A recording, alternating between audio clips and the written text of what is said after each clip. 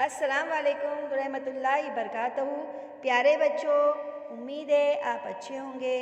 बच्चों, आज हमारा हिंदी का पीरियड है जिसमें हम आज एक कविता पढ़ेंगे। हमारी कविता का नाम है लालची कुत्ता। बच्चों, सबसे पहले हम इस कविता का गायन करेंगे।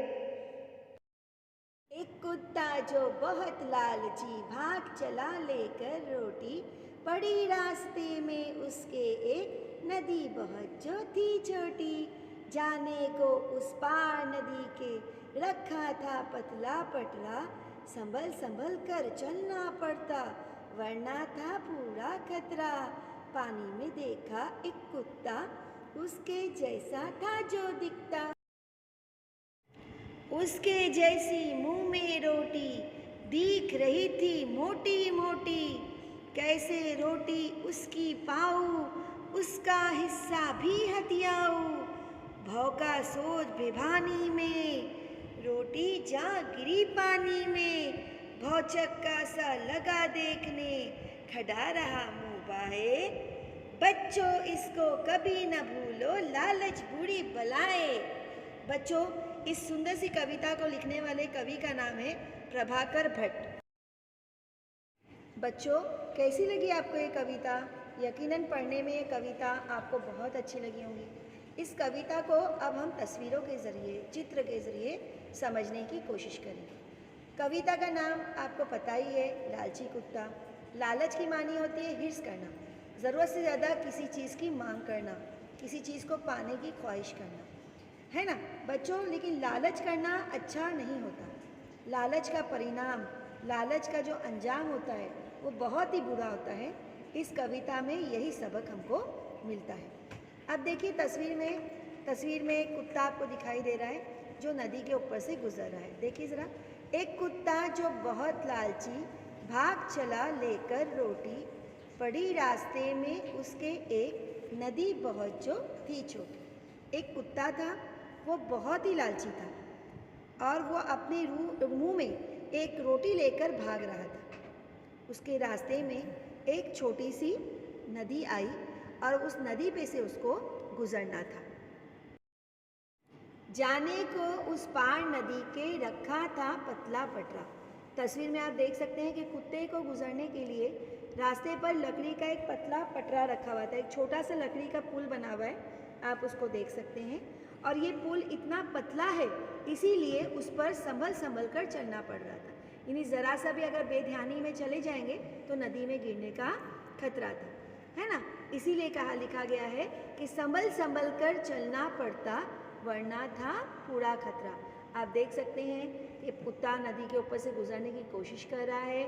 उस नदी को पार करने के लिए लकड़ी का एक छोटा सा पुल है जिस पर संभल कर चलना ज़रूरी है, वरना नदी में गिर जाने का खतरा है।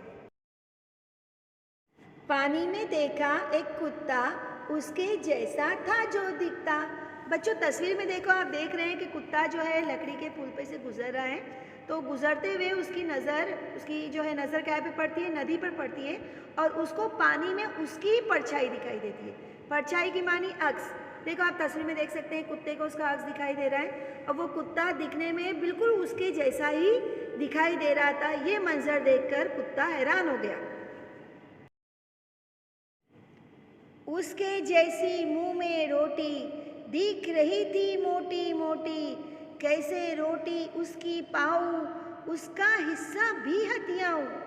अब तस्वीर में आप देखो कि वो कुत्ता जो उसकी परछाई दिखाई दे रही है, उसके मुंह में भी बिल्कुल वैसी ही रोटी है जैसी वो लकड़ी के पुल वाले कुत्ते की रोटी है।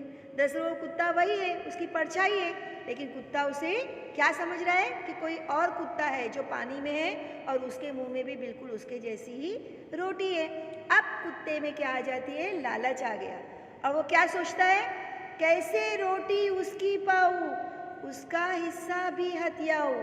अब कुत्ता जो है खुद की रोटी के साथ साथ पानी में दिखाई देने वाले कुत्ते की रोटी को भी अपनाना चाहता है, पाना चाहता है, उसकी रोटी को हथियाना चाहता है। हथियाना की मानी होती है बच्चों धोखे से ले लेना। भौंका सोच बेभानी में, रोटी जा गिरी पानी में। बच्चों आप देख सकते हैं कि जैसे ही कुत्ते ने भौंकने के लिए अपना मुंह खोला, रोटी क्या हो गई, पानी में जा गिरी। और कुत्ता बिना सोचे समझे मुंह खोल दिया। उसको लगा कि पानी में कोई दूसरा कुत्ता है, तो उसने सोचा कि मैं इस पर भौंकूंगा तो वो डर जाएगा और अपनी रोटी मुझे दे देगा। लेकिन ऐसा हुआ क्या? नहीं।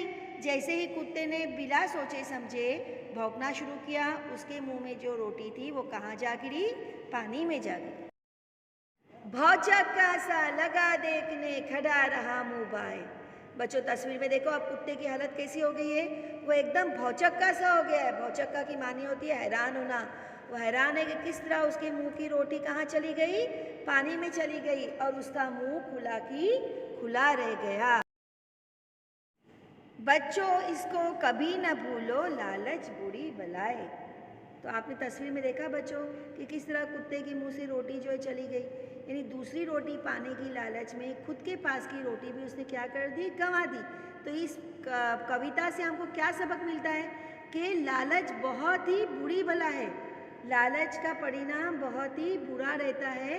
ये बात हमको हमेशा याद रखना चाहिए। उम्मीद है बच्चों कविता आपको बहुत अच्छी तरह से समझ में आ गई होंगी। कविता की मदद से हमको क्या सबक मिला ये भी आपने अच्छे तरीके से समझे होंगे। इस सबक के सवाल जवाब व्हाट्सएप पर फ़ोटो के ज़रिए आपको भेजे जाएंगे। अल्लाह हाफ़िज़।